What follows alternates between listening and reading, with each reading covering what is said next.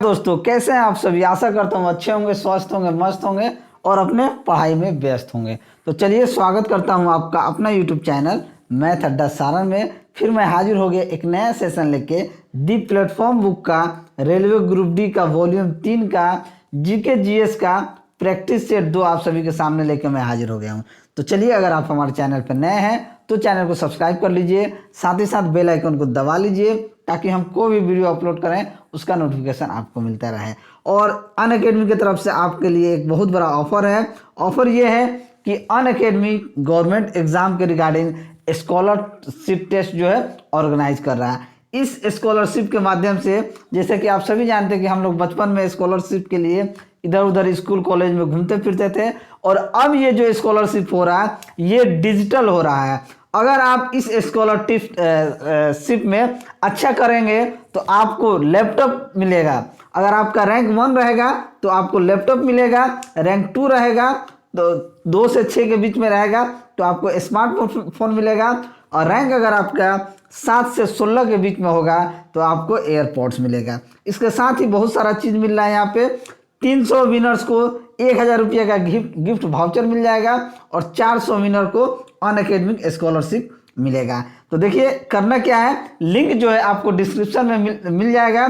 Scholarship test का link मिल जाएगा और सब्सक्रिप्शन लिंक का भी लिंक मिल जाएगा। आपको क्या करना है, इनरोल करके हमारा कोड जो है रेफरल कोड सारण 10 को लगाना है। और ये टेस्ट कब है ये मैं आपको बता दूं। ये जो टेस्ट होगा 27 फरवरी को होगा, यानी कि 27 फरवरी को होने वाला है। और इसमें देखिए एसएससी, रेलवे, बैंकिंग सबका अलग अलग होने वाला है टेस्ट।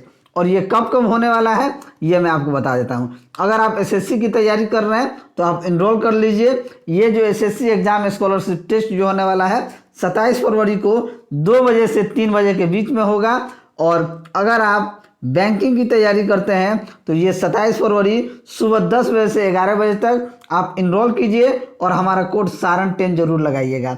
इसके साथ अगर आप रेलवे की तैयारी करते हैं तो रेलवे का जो टेस्ट होगा स्कॉलरशिप टेस्ट जो होने वाला है 27 फरवरी को शाम 5 बजे से लेके 6:30 बजे शाम तक होगा। ये 90 मिनट का होगा और इसमें सभी जितने भी टॉपिक से रिलेटेड क्वेश्चन पूछे जाते हैं वो सारे मिलेंगे।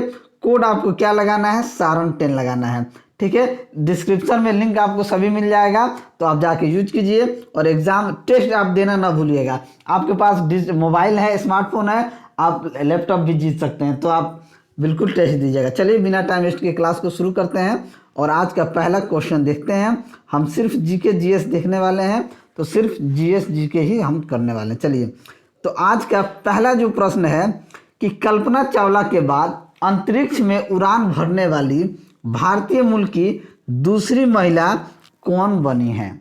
भारतीय मूल की दूसरी महिला कौन बनी है, तो ये कौन है, शिरीषा बांदला जो है ये भारतीय मूल की दूसरी महिला है कल्पना चावला के बाद। तो ऑप्शन सी क्या हो जाएगा, आपका सही आंसर हो जाएगा। अगर आपको वीडियो अच्छा लगे तो लाइक जरूर कीजिएगा।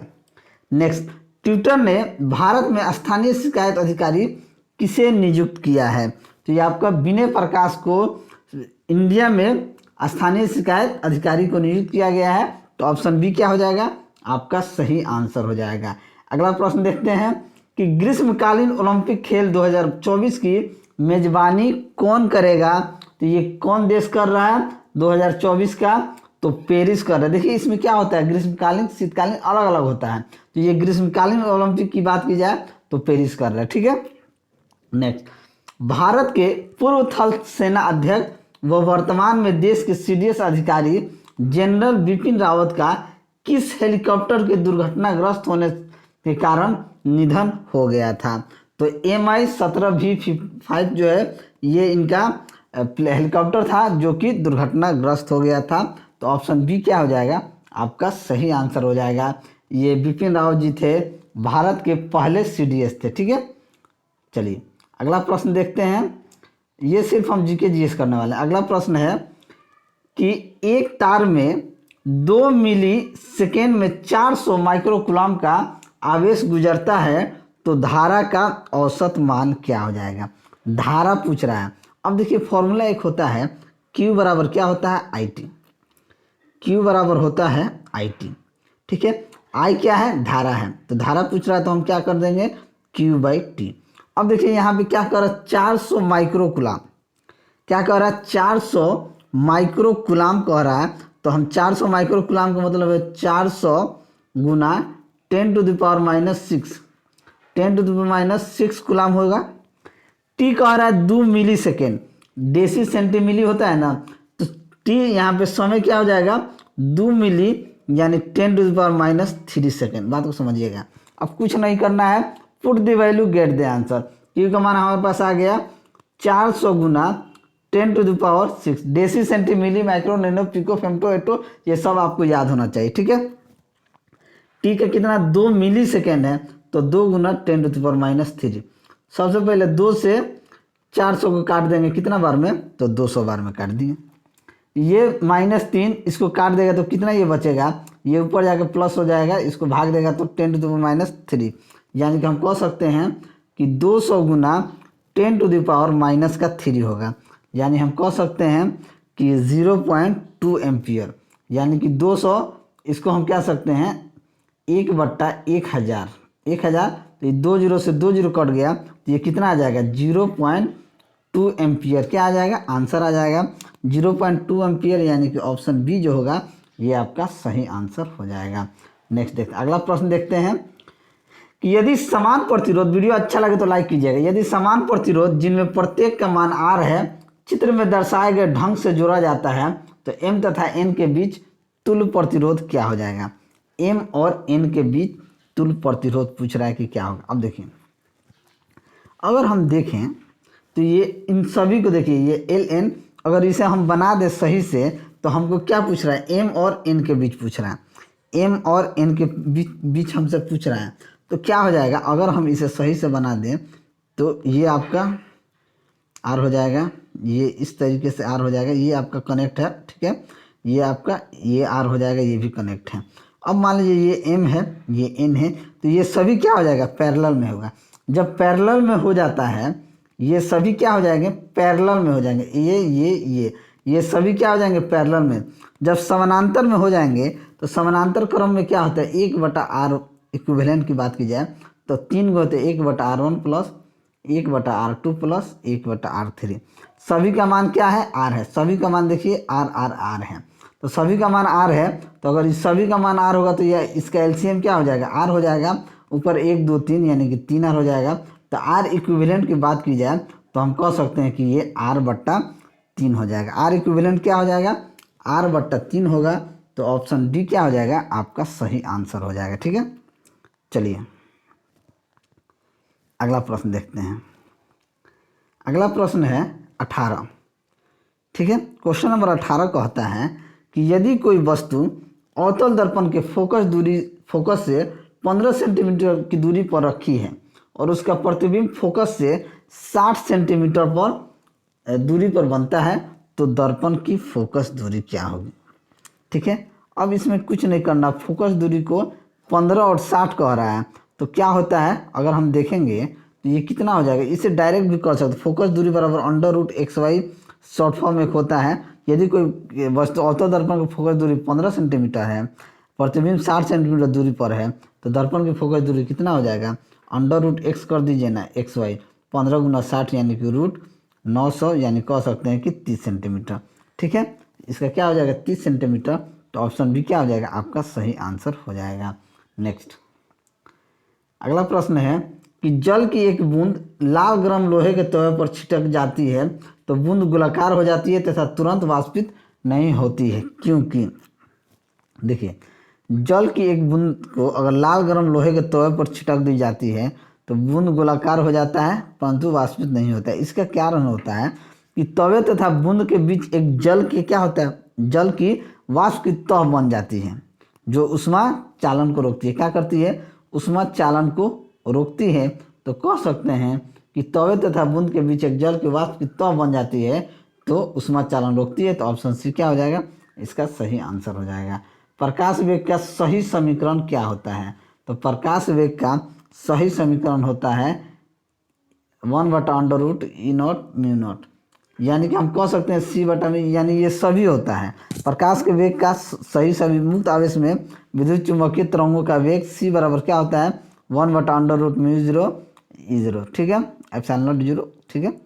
चलिए अगला प्रश्न देखते हैं कि वह ताप जिस पर ध्वनि का वेग 0 डिग्री सेल्सियस पर ध्वनि के वेग से दुगना होता है, तो वो ताप क्या हो जाएगा v बराबर क्या होता है डायरेक्टली प्रोपोर्शनल टू √T होता है। v directly proportional to √T, अगर हम कह सकते हैं v1/v2 तो ये क्या हो जाता है √T1/T2 हो जाता है। तो हम कह सकते हैं अगर वेग 0 डिग्री सेल्सियस है तो दुगना, तो ध्वनि के वेग से दुगना होता है तो क्या होगा। अगर हम कहें कि v1 बराबर v है, अगर हम v1 का मान v रख दें, v2 का मान 2 भी रख दें, अगर T1 का मान 0 है या हम कहें T1 बराबर क्या हो जाएगा 273 केल्विन कर दें, तो हमसे क्या पूछा जाए T2 का मान क्या होगा। तो यहाँ देखिए ये v1/v2 बराबर √T1/T2, तो यही इक्वेशन से हम क्या कर देंगे, यानी कि v/2v बराबर √273/T2। अब ये v कट गया, ये क्या हो गया 1/2 बराबर, या इसे यहीं स्क्वायर कर दें तो ये 1/4 हो जाएगा, और ये क्या हो जाएगा 273/T2।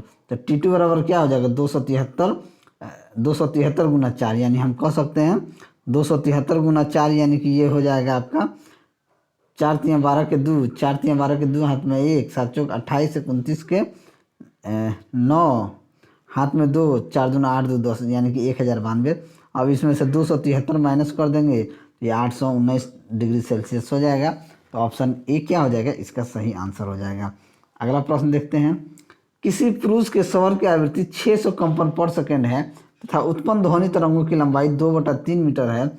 यदि किसी महिला के स्वर के तरंगों की लंबाई 100 सेंटीमीटर हो तो उसकी आवृत्ति क्या हो जाएगी।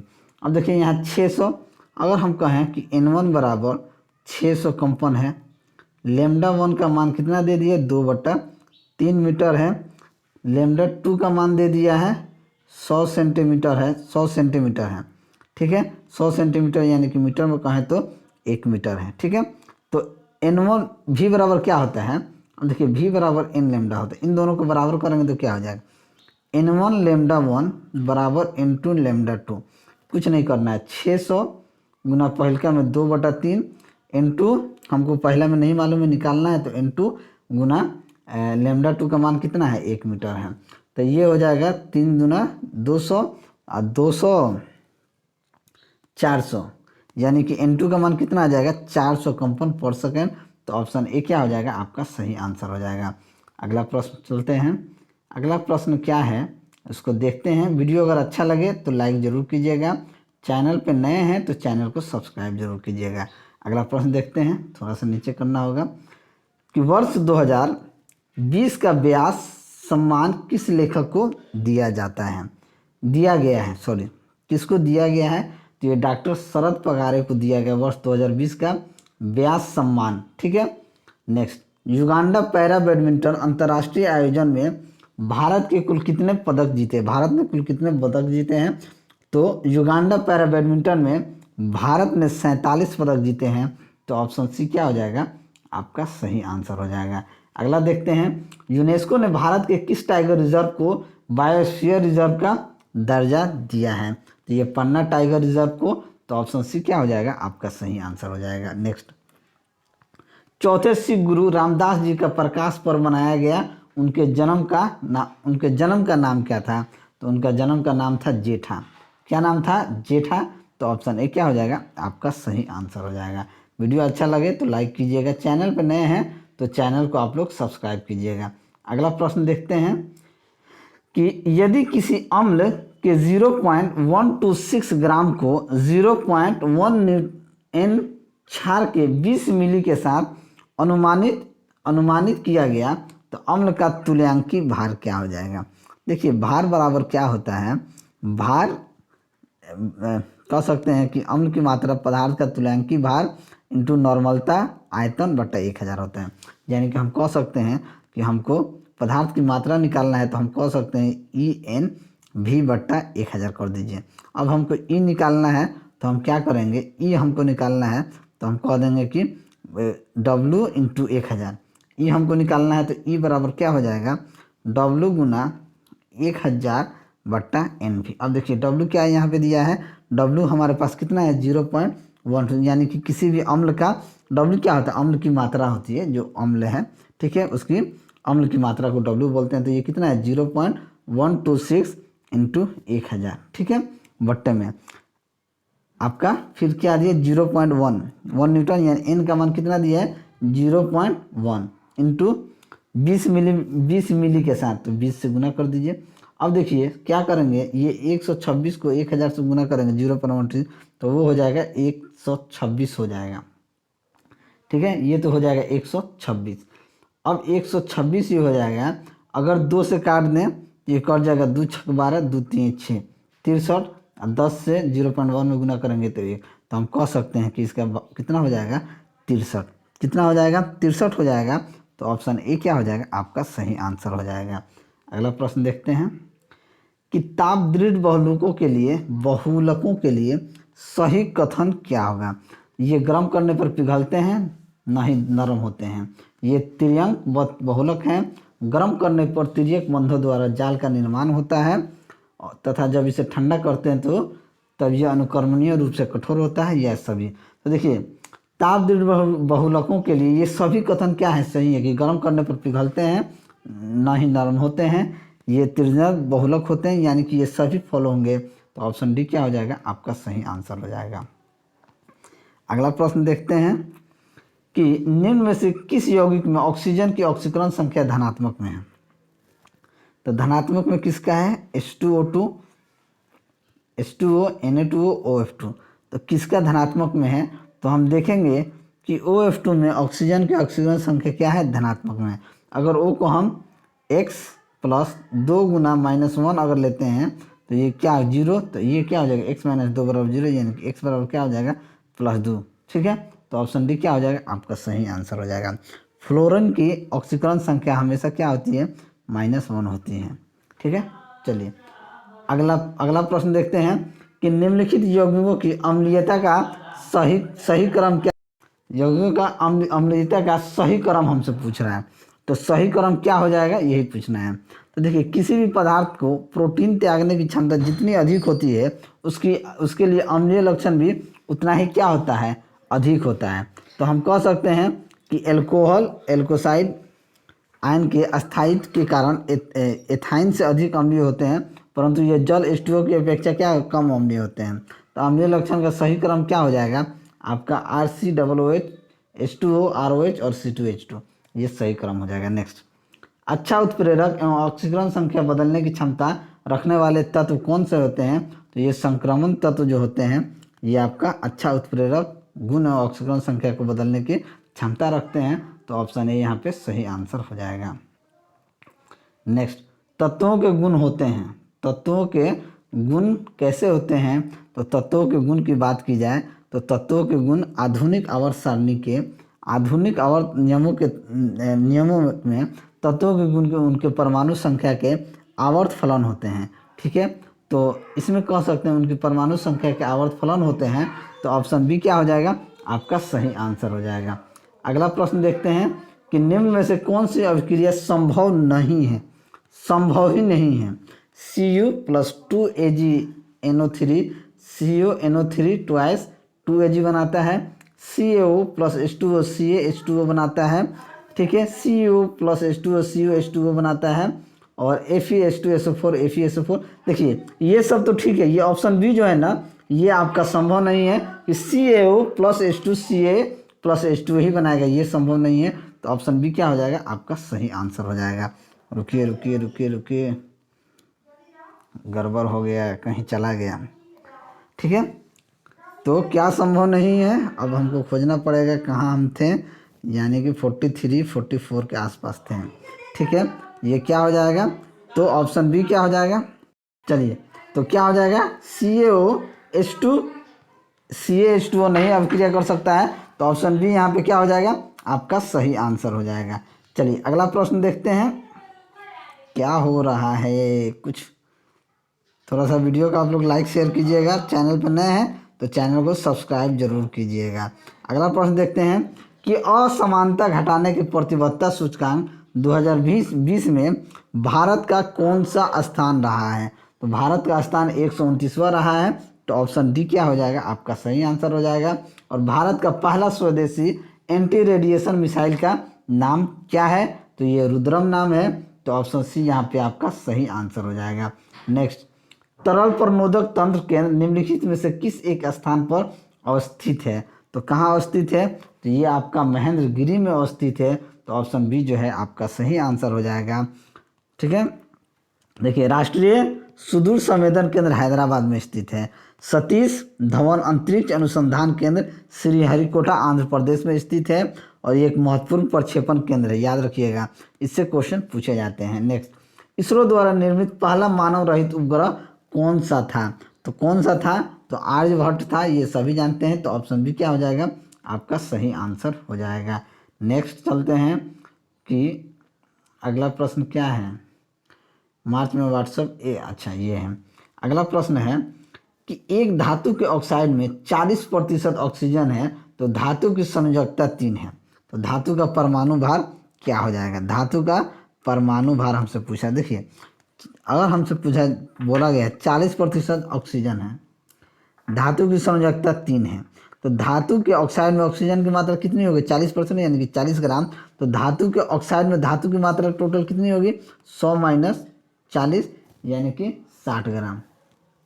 कितना हो गया? 60 ग्राम। अब देखिए, 40 ग्राम ऑक्सीजन संयोग करती है 60 ग्राम धातु से। 40 ग्राम ऑक्सीजन संयोग करती है 60 ग्राम धातु से। तो अब कहा जाएगा कि अगर हमसे पूछा जाए 8 ग्राम ऑक्सीजन संयोग करेगी कितना से? तो 8 ग्राम अगर देखा जाए तो 8 ग्राम ऑक्सीजन संयोग करेगी 60/40 × 8 यानी कि 12 ग्राम धातु से। कितना से? 12 ग्राम धातु से। अगर धातु का तुल्यांकित भार 12 ग्राम है तो धातु का परमाणु भार क्या होगा? धातु का परमाणु भार क्या हो जाएगा? 12 × 3 यानी कि 36। तो ऑप्शन ए जो है ये आपका सही आंसर हो जाएगा। क्या हो जाएगा? सही आंसर हो जाएगा। अगला प्रश्न देखते हैं। नेक्स्ट, कि निम्न में से कौन प्राथमिक प्रदूषण नहीं है? तो प्राथमिक प्रदूषण कौन नहीं है? SO2, O3, NOHF। तो ये O3 जो होता है ओजोन, ये प्राथमिक क्या नाम है? प्रदूषक नहीं है, ये द्वितीयक प्रदूषक के अंतर्गत आता है। और प्राथमिक की बात की जाए तो SO2, CO, NOx आदि प्राथमिक हैं। ठीक है। नेक्स्ट, कोरल चट्टानों में से कौन से जंतु पाए जाते हैं? तो कोरल चट्टानों में सिलेंट्रेटस जंतु पाए जाते हैं। तो ऑप्शन बी जो होगा ये आपका सही आंसर हो जाएगा। नेक्स्ट, एक्सॉन तथा डेंड्राइट की संधि क्या कहलाती है? तो एक्सॉन तथा डेंड्राइट की जो संधि होती है युग्मानुबंध कहलाती है। क्या कहलाती है? युग्मानुबंध। तो ऑप्शन बी आपका सही आंसर हो जाएगा। अगला, डीएनए किस में नहीं मिलता है? तो डीएनए जो है राइबोसोम में जो है डीएनए नहीं मिलता है। तो ऑप्शन बी आपका सही आंसर हो जाएगा। नेक्स्ट, रक्त में 1 ग्राम हीमोग्लोबिन द्वारा कितनी ऑक्सीजन का संवहन होता है? तो 1 ग्राम हीमोग्लोबिन द्वारा 1.34 मिली ऑक्सीजन का संवहन होता है। तो ऑप्शन डी क्या हो जाएगा? आपका सही आंसर हो जाएगा। देखिए, 100 ml शुद्ध रक्त 20 ml ऑक्सीजन का संवहन करता है। एक स्वस्थ मनुष्य के शरीर में 5 से 5.5 लीटर क्या होता है? रक्त होता है। यह पूरा शरीर के कुल भाग का 7.8% ही होता है। चलिए अगला प्रश्न, कुछ पक्षियों के पूंछ पर तेल उत्पादक ग्रंथि कहलाती है। तो तेल ग्रंथि क्या कहलाती है? ये प्रीन ग्रंथि कहलाती है। क्या कहलाती है? प्रीन ग्रंथि। तो ऑप्शन ए जो होगा ये आपका सही आंसर हो जाएगा। चलिए अगला क्वेश्चन देखते हैं कि क्षेत्रफल की दृष्टि से भारत संसार का सबसे बड़ा देश है। तो क्षेत्रफल की दृष्टि से भारत विश्व का, क्षेत्रफल की दृष्टि से विश्व का कौन सा बड़ा देश है? 7वां बड़ा देश है। तो ऑप्शन ए क्या हो जाएगा? आपका सही आंसर हो जाएगा। ठीक है। भारत का क्षेत्रफल जो है आपका 32,87,263 वर्ग किलोमीटर है। ठीक है। चलिए, किस भारतीय खिलाड़ी को गुना के नाम से जाना जाता है? तो गुना के नाम से किसे जाना जाता है? तो गीता सेठी को। गीता सेठी बिलियर्ड्स के प्रसिद्ध खिलाड़ी हैं। ठीक है। इन्हें गीत गुना के नाम से भी जाना जाता है। तो ऑप्शन सी क्या हो जाएगा, आपका सही आंसर हो जाएगा। नेक्स्ट, भारत की एक लोक नृत्य शैली नहीं है, लोक नृत्य शैली नहीं है, राउत नचा, कुचिपुड़ी, छाऊ, कालबेलिया। लोक नृत्य, तो कुचिपुड़ी आंध्र प्रदेश का क्या है, एक शास्त्रीय नृत्य है, तो लोक नृत्य नहीं होगा। तो ऑप्शन सी क्या हो जाएगा, आपका सही आंसर हो जाएगा। भारत तिब्बत सड़क द्वारा भारत का कौन सा भाग देश की सीमा से जुड़ा हुआ है, तो कौन सा भाग जुड़ा हुआ है, तो शिमला जो है भारत तिब्बत सड़क द्वारा भारत का शिमला से जुड़ा हुआ है। तो ऑप्शन ए क्या हो जाएगा, आपका सही आंसर हो जाएगा। अगला प्रश्न देखते हैं, मोतियों की माला नीति कौन सा देश लाया था, तो मोतियों की माला नीति जो था ये चीन लेके आया था। तो ऑप्शन डी जो है आपका सही आंसर हो जाएगा। मोतियों की माला रणनीति 2005 का उद्देश्य चीन द्वारा विश्व में अपने उद्योगों के संसाधन का इंतजाम करना, ये मोतियों की माला के नाम से लेके आया था। ठीक है, वीडियो अगर आपको अच्छा लगा तो लाइक कीजिए, शेयर कीजिए। चलिए, लाख उत्पन्न होता है, लाख उत्पन्न होता है, लाख उत्पन्न, लाख मादा जो मादा कीट होते हैं उनके ही द्वारा लाख उत्पन्न होता है। तो मादा कीट द्वारा अधिक और नर कीट द्वारा कम होता है। तो ऑप्शन सी क्या हो जाएगा, आपका सही आंसर हो जाएगा। ठीक है, रॉबर्ट ब्राउन अपनी किस खोज के लिए जाने जाते हैं, तो रॉबर्ट ब्राउन जो हैं अपने केंद्रक की खोज के लिए जाने जाते हैं। तो ऑप्शन बी जो होगा ये आपका सही आंसर हो जाएगा। रॉबर्ट हुड कोशिका की खोज किए हैं, लवक की खोज हैकल ने किया है, और लाइसोसोम की खोज डी डुबे ने किया है, और सेंट्रोसोम की खोज बावेरी ने किया है। ठीक है, नेक्स्ट, आर्कियोप्टेरिक्स के बारे में क्या सत्य है, तो ये जो है सरीसृप व पक्षियों के बीच को जोड़ने वाली कड़ी है, ये सरीसृप व पक्षियों को जोड़ने वाली कड़ी है। तो ऑप्शन डी क्या हो जाएगा, आपका सही आंसर हो जाएगा। अगला प्रश्न देखते हैं कि फंजिया का साधारण नाम क्या है, तो फंजिया का साधारण नाम जो होता है सरूप कोरल या कुकुरमुत्ता कोरल होता है। क्या होता है, शरीफ कोरल या कुकुरमुत्ता कोरल होता है। तो ऑप्शन ए क्या हो जाएगा, आपका सही आंसर हो जाएगा। ठीक है, नेक्स्ट, एक कार्बन क्रेडिट किसके समतुल्य होता है, तो एक कार्बन क्रेडिट जो होता है 1000 किलोग्राम CO2 के 1000 किलोग्राम CO2 के क्या होते हैं, बराबर होता है। कार्बन क्रेडिट अंतरिक्ष उद्योग में कार्बन उत्सर्जन नियंत्रण की एक योजना होता है। अगला प्रश्न देखते हैं कि हवा के द्वारा परागण को क्या कहा जाता है, तो हवा के द्वारा परागण को एनिमोफिली कहा जाता है। क्या कहा जाता है, एनिमोफिली कहा जाता है। तो ऑप्शन सी क्या हो जाएगा, आपका सही आंसर हो जाएगा। और परागण किसे कहते हैं, तो परागधनी से परागकण का वर्तिकाग्र पर पहुंचने की क्रिया को क्या कहते हैं, परागण कहते हैं। ये दो प्रकार का होता है, एक तो स्वपरागण, एक होता है परपरागण। ठीक है, चलिए, लंबी दूरी के बेतार संचार के लिए अपेक्षित तरंगे क्या होती हैं, तो ये रेडियो तरंगे होती हैं। तो ऑप्शन सी क्या हो जाएगा, आपका सही आंसर हो जाएगा। चलिए, अगर वीडियो अच्छा लगे तो लाइक कीजिएगा, शेयर कीजिएगा, चैनल पर नए हैं तो चैनल को सब्सक्राइब कीजिएगा। आगे देखते हैं, कुछ और क्वेश्चन नहीं ना बचा है, देख लेते हैं आगे कोई भी क्वेश्चन नहीं बचा है। तो चलिए, अगर वीडियो आपको अच्छा लगा हो तो वीडियो को लाइक कीजिए, दोस्तों में शेयर कीजिए। अगर आप चैनल पर नए हैं तो चैनल को सब्सक्राइब कीजिए। मैं ऐसे ही वीडियो लेकर आपके सामने हाजिर होता रहूँगा। चलिए, मिलते हैं अगले वीडियो में, तब तक के लिए जय हिंद।